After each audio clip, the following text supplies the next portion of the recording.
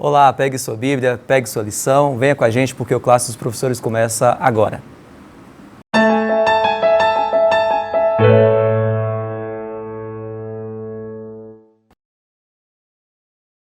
Querido amigo, querida amiga, seja bem-vindo ao Classe dos Professores.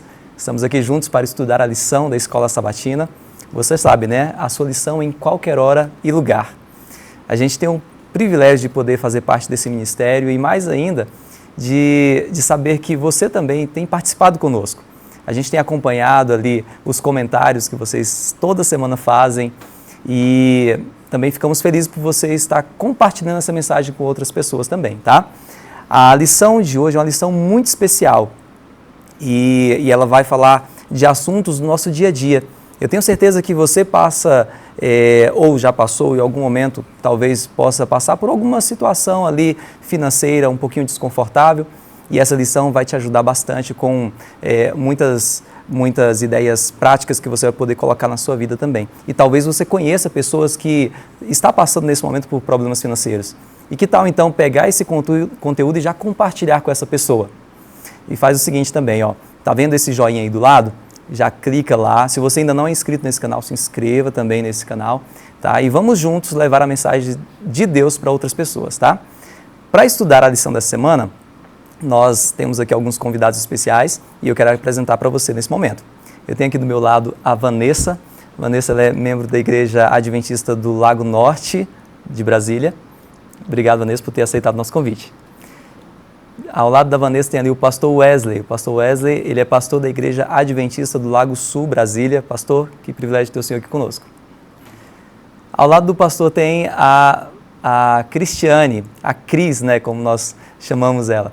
Cris, que bom você ter aceitado o nosso convite. Juntos nós vamos estudar a Palavra de Deus, tá? Um privilégio fazer parte desse ministério. Maravilha.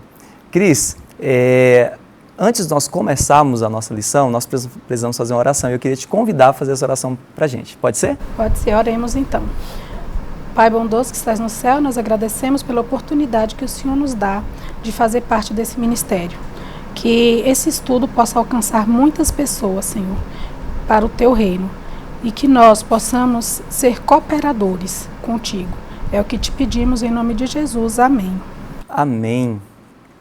Bom, a gente tem o prazer de sempre estar acompanhando, né, os comentários lá, como eu falei, e eu quero citar aqui dois nomes, pessoas muito especiais aqui para nós, e tem, pelo menos comentou lá que tem acompanhado a gente todas as semanas, né?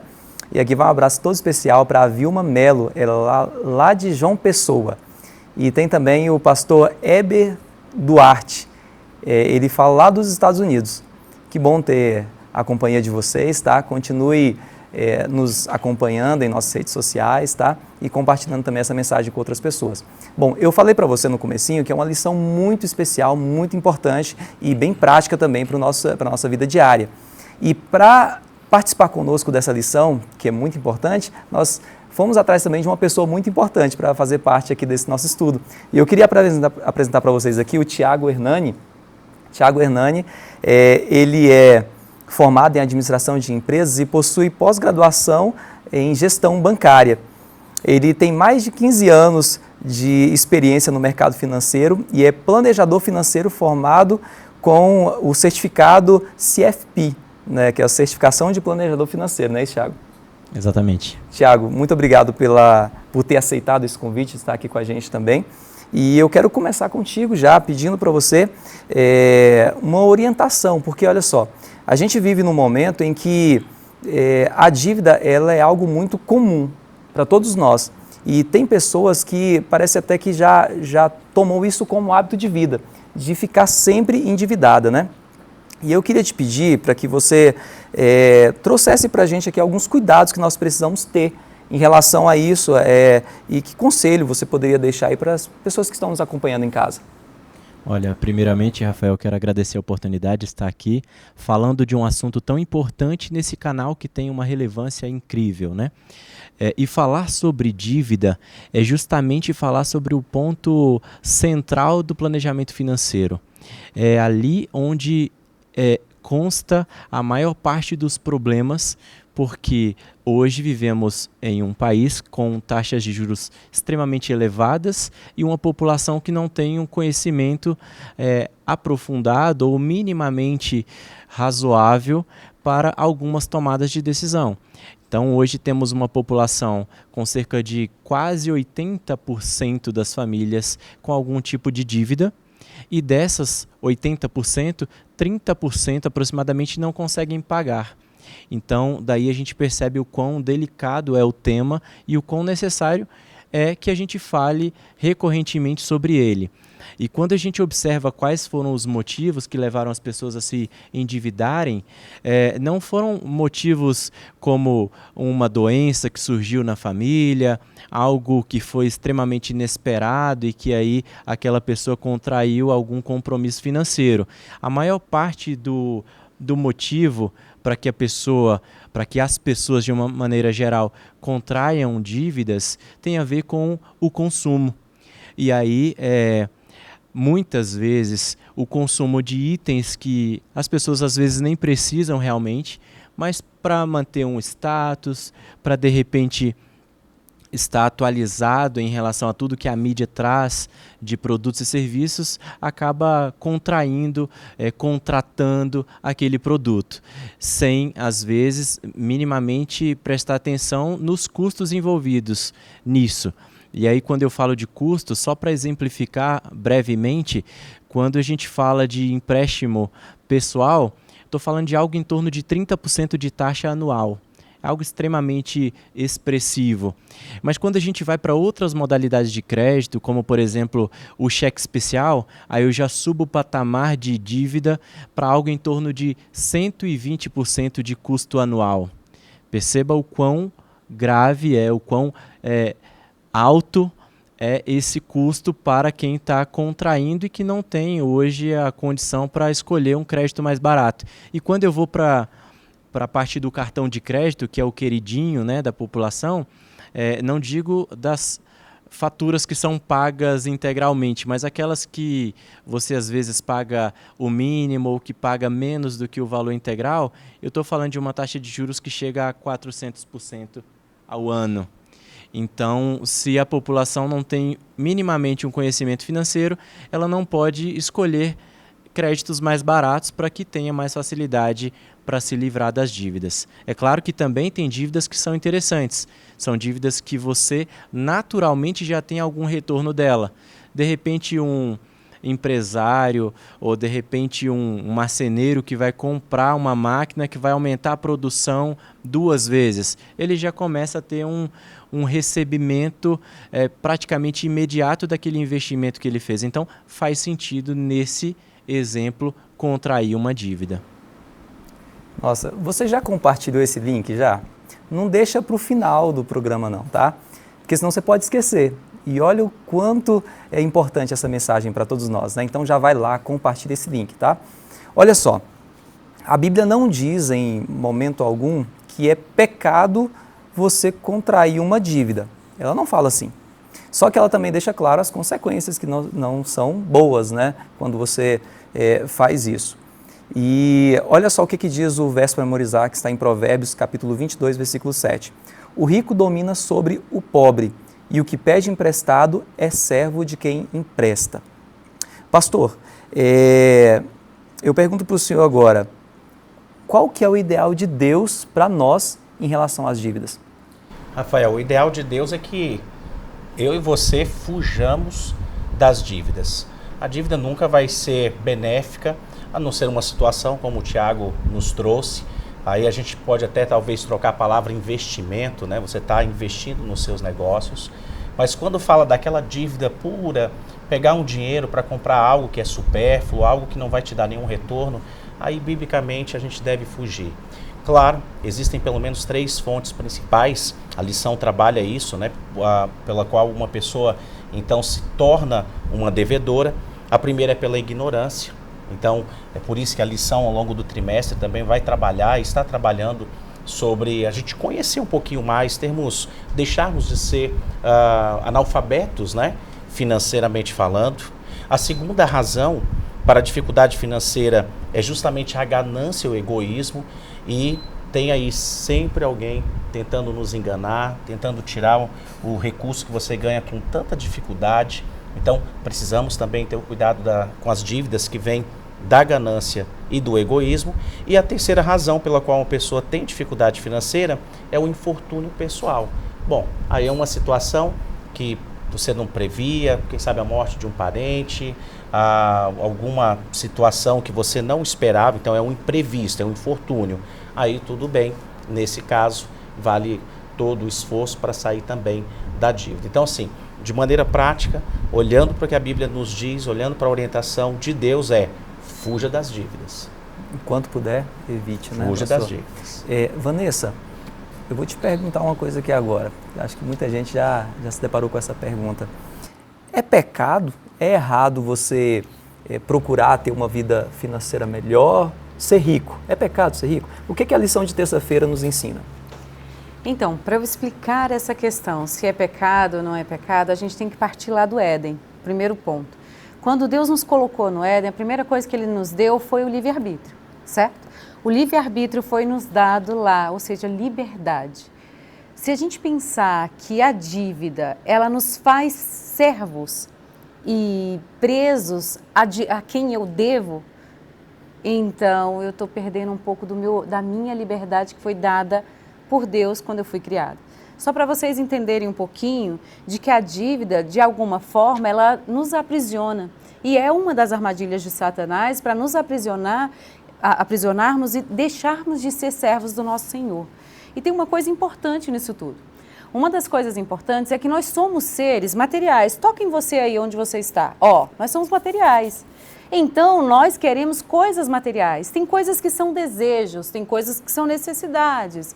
Então, assim, a gente tem que entender o que é necessidade. Conta-se, por exemplo, o pastor Valdeci Lima dizia assim, quando eu estou em casa, eu percebo que eu não preciso de nada, mas quando eu vou ao shopping, que eu começo a andar pelo comércio, eu acho que eu preciso de tudo, acho que eu estou necessitando de várias coisas. Hoje a gente não precisa ir ao shopping, a gente pode só teclar no celular, que o comércio está toda à nossa volta, as mídias estão tudo aí, e a gente cria várias necessidades, porque nós somos seres. E, Rafael, nós somos seres bio, psico, sócio-espirituais, certo? Não, peraí. Vamos com calma. O bio é o material, biológico, o físico. Esse físico pede coisas físicas. E aí a gente parte daquelas pessoas que se alimentam muito do material, provavelmente ela vai ser uma pessoa muito endividada. Aí o social, se ela é muito alimentada pelo social e ela precisa do social, eu também vou me endividar porque eu preciso ter um status sociais. Eu tenho que ostentar, eu tenho que ter o carro melhor, eu tenho que ter um batom melhor, um cabelo melhor, um óculos mais caro do que esse e assim por diante.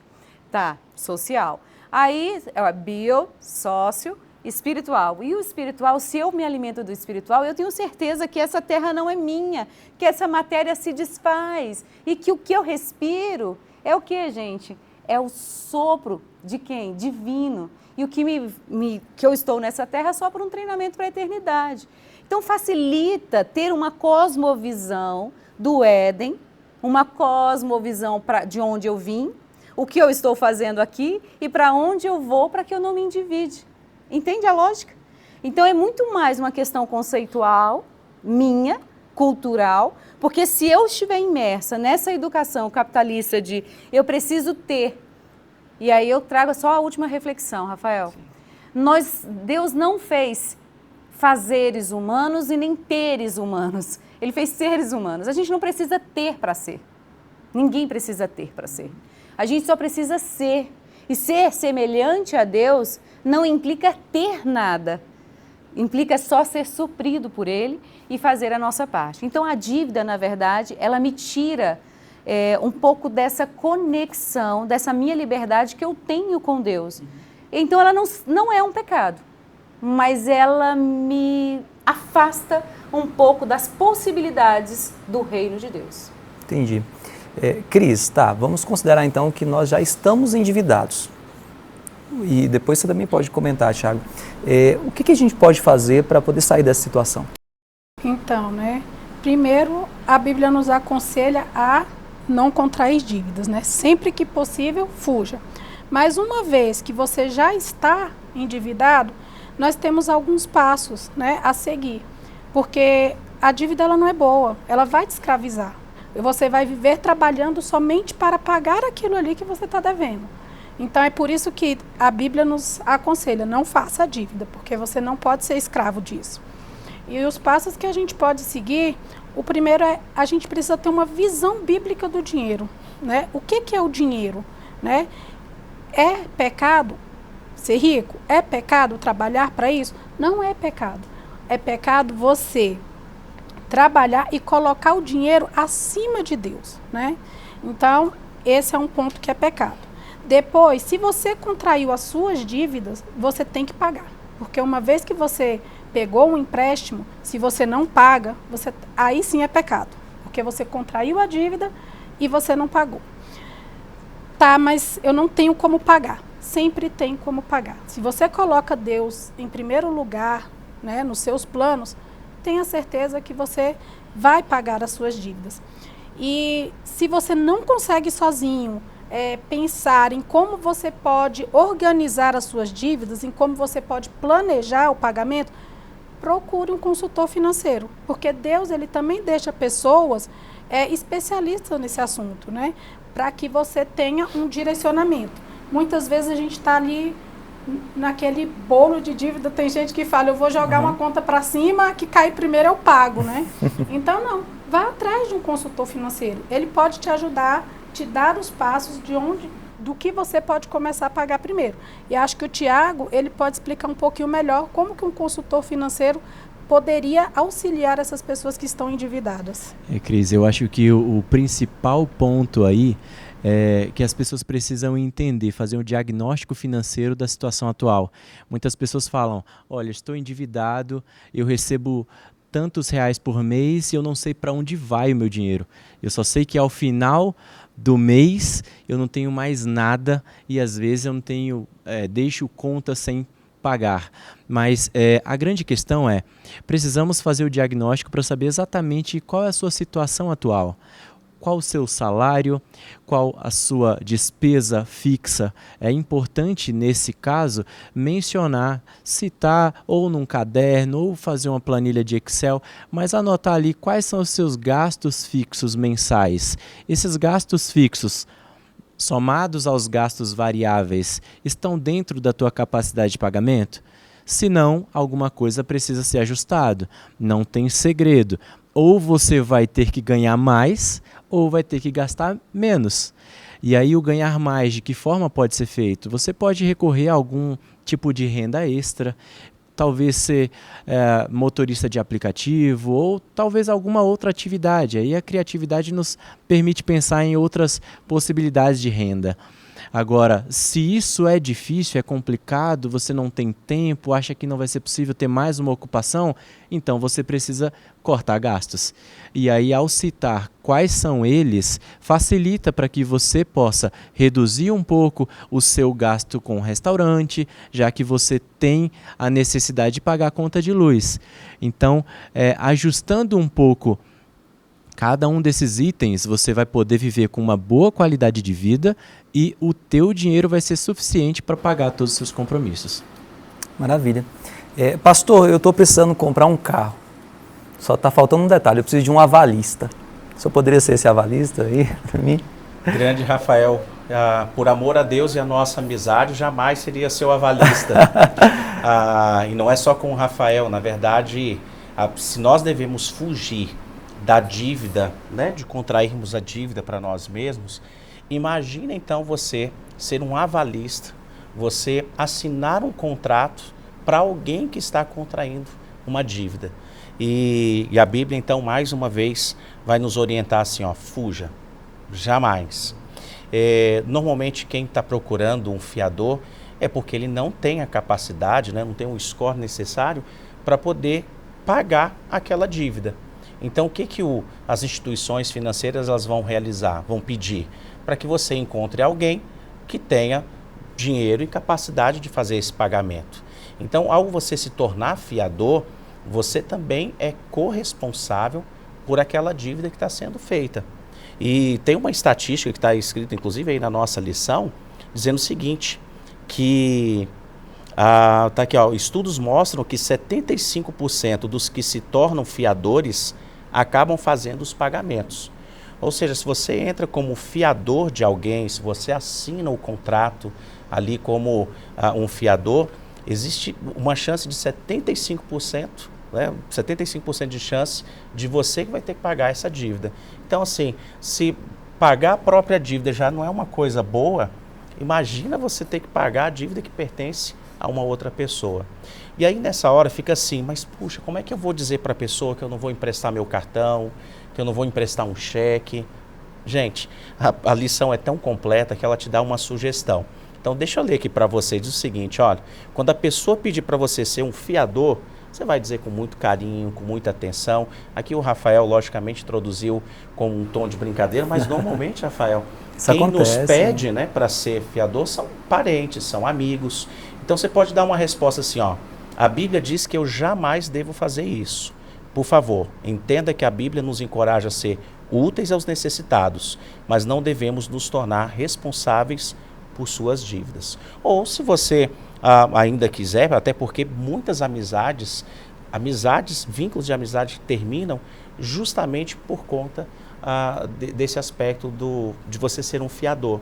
Então, é melhor você dizer um não, e a pessoa às vezes vai ficar brava um pouquinho com você e tudo, talvez chateado, vai fazer ali uma cara de choro, talvez fique alguns dias sem conversar contigo, mas depois recobra a sanidade mental e entende que não deve ficar desse jeito. Agora, basta você emprestar o dinheiro, nunca mais você vai conversar com essa pessoa, ou se você for fiador, fique ciente de que é bem capaz que você pague essa dívida. Então, tem que fugir. É, realmente, é um assunto bem delicado, né? Vanessa, a lição também, o pastor falou que a lição é muito completa, né? Ela também veio trazendo aquele assunto dos esquemas de enriquecimento rápido. O que a lição fala sobre isso, Vanessa? Então, né? Nós estamos naquela, no século de tudo imediatismo, sabe? Eu quero comer, eu chamo o iFood, eu quero acender a luz, eu aperto um interruptor. Tudo é no imediatismo, né? Então, enriquecer hoje também passou a ser um fator de, eu decido enriquecer só, como diz a mídia, né? Não, eu vou virar youtuber, e aí eu vou fazer muito sucesso, não, eu vou criar uma coisa sem esforço algum, não preciso mais ter esforço, não preciso estudar, não preciso, né? Tem aquela cultura, já está estabelecida essa cultura de ficar rico rapidamente.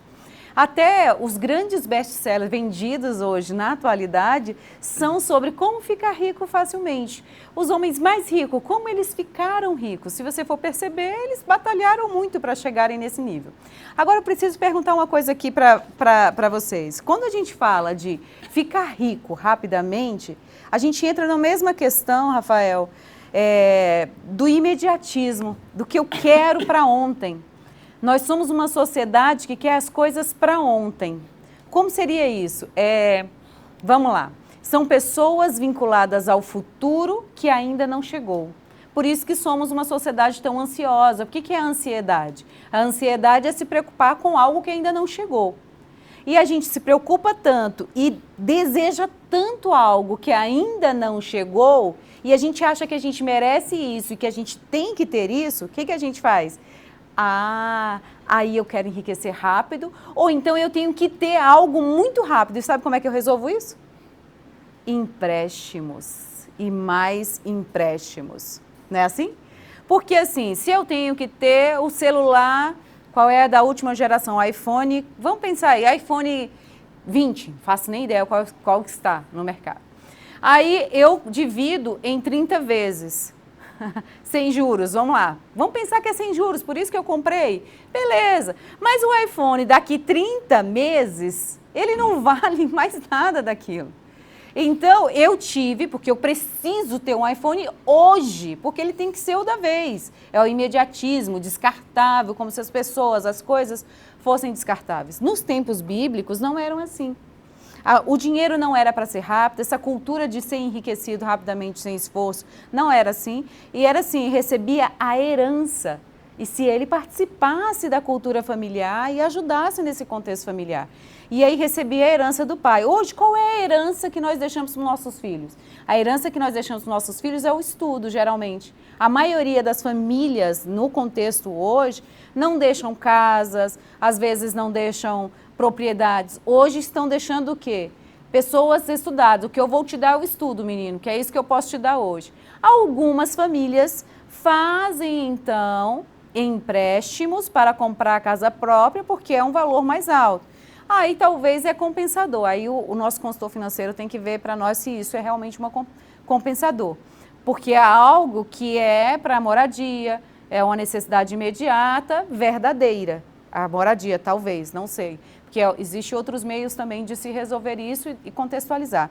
Mas essas questões de limite de prazos, por exemplo, na época, se uma dívida ficasse lá nos tempos bíblicos, os israelitas, se eles tivessem uma dívida, ela prescrevia em 7 anos.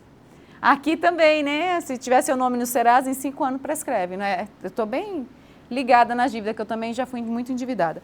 Então, só para vocês entenderem que, na verdade, esse contexto todo do contexto bíblico nos ensina que o que eu posso oferecer e investir para os meus filhos é aquilo que pode ser dado como herança. Exemplo, uma casa, o estudo, isso sim, mas coisas fúteis, coisas descartáveis que vão se desvalorizar, não vale a pena para suprir o imediatismo, que só vai gerar uma ansiedade cada vez mais, que nunca vai ser suprida, porque só Deus supre essa necessidade de algo e esse vazio que a gente sente, só Deus pode suprir.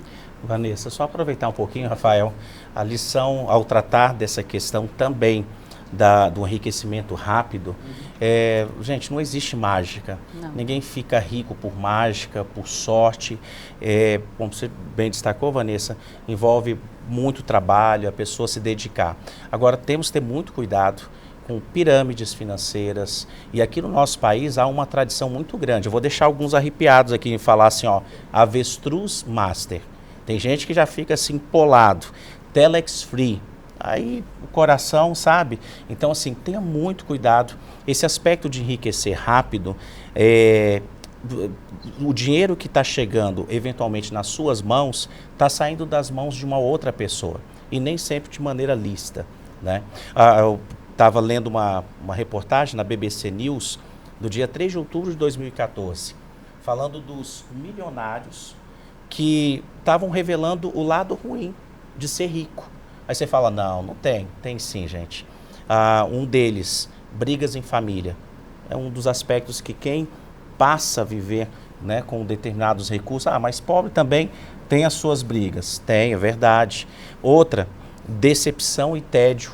Alguns desses milionários, depois chegam a um determinado ponto, não encontram mais o determinado prazer. O prazer de crescer, se desenvolver.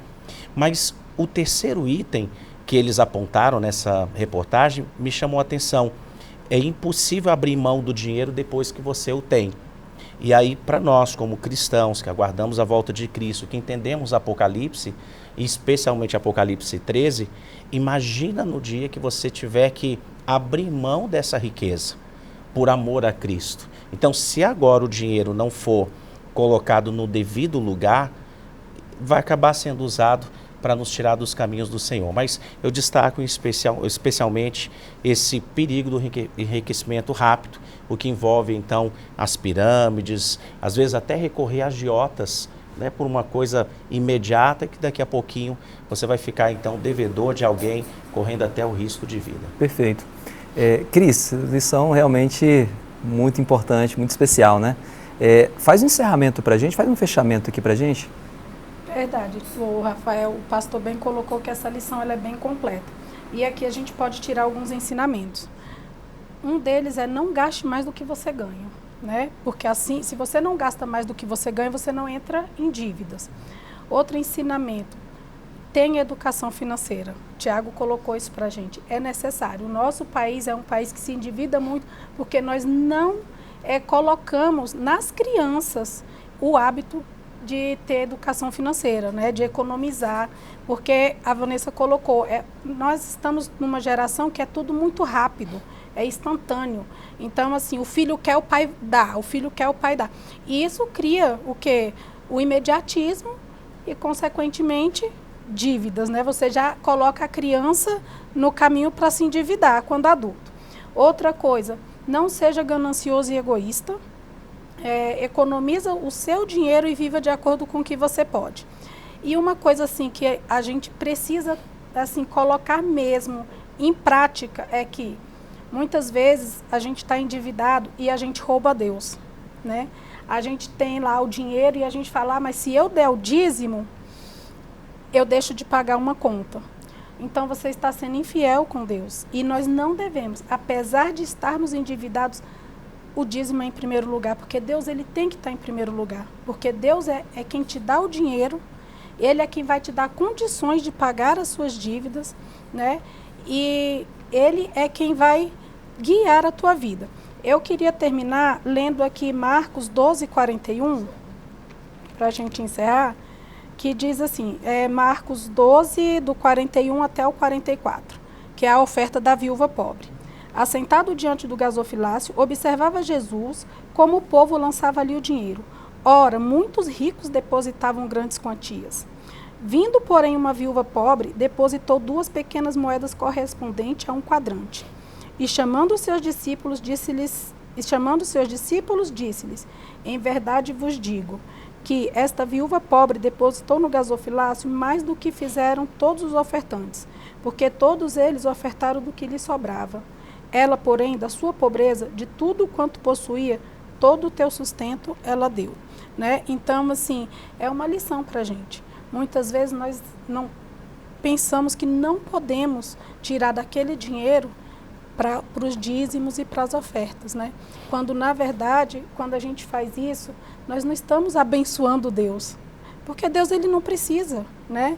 Mas é o quê? Uma oportunidade que Ele nos dá para ser fiéis a Ele.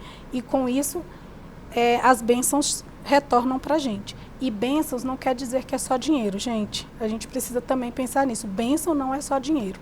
Então, eu quero encerrar deixando isso muito claro. Que muitas vezes nós recebemos as bênçãos, mas nós só achamos que somos abençoados se a gente ficar rico ou tiver uma grande quantidade de dinheiro. E não é assim. Cris, muito obrigado. Agradecer também vocês, Vanessa, Cris, pastor, especialmente o Tiago aqui, o nosso convidado, né? E Tiago, nós vamos até já deixar aqui um convite para uma próxima lição, tá? Valeu. Essa lição aqui, ela é uma lição que fala sobre a vida prática aqui, de nós lidarmos com os nossos recursos. E se você puder nos ajudar em outras lições, realmente vai ser maravilhoso. Pessoal, é isso. Se você está com alguma dificuldade ou se você conhece alguém, você pode utilizar o que foi ensinado aqui hoje para poder conseguir ajustar a sua vida. Está difícil? Peça orientação a Deus, Ele vai te ajudar. Recorra também pessoas da área que também possam aconselhar você, tá bom? Vamos orar? Querido Deus, muito obrigado, Senhor, porque nós temos uma mensagem tão poderosa em nossas mãos, mas reconhecemos que temos dificuldades, algumas vezes, de colocá-la em prática. Que o Senhor nos ajude, Senhor, a dar o nosso melhor e também ser fiel a Ti acima de qualquer coisa. Perdoe, Senhor, as nossas falhas, nos abençoe sempre, em nome de Jesus. Amém. Obrigado por sua companhia. Continue nos acompanhando em nossas redes sociais, Adventistas Lago Sul, e até o nosso próximo encontro.